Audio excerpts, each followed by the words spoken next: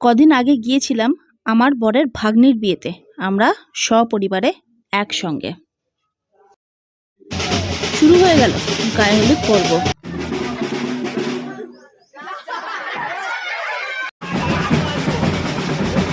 গায়ে হলুদ শেষে কনে যাবে জল সইতে ব্যান্ড পার্টির সাথে।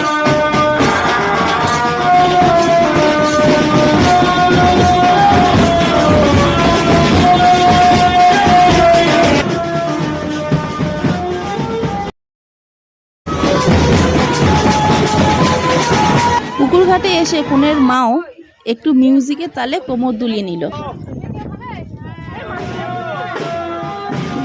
ফেরার পথে কনে বউ সহিত বাকি সকলে মহানন্দে নাচতে নাচতে বাড়ি ফিরল।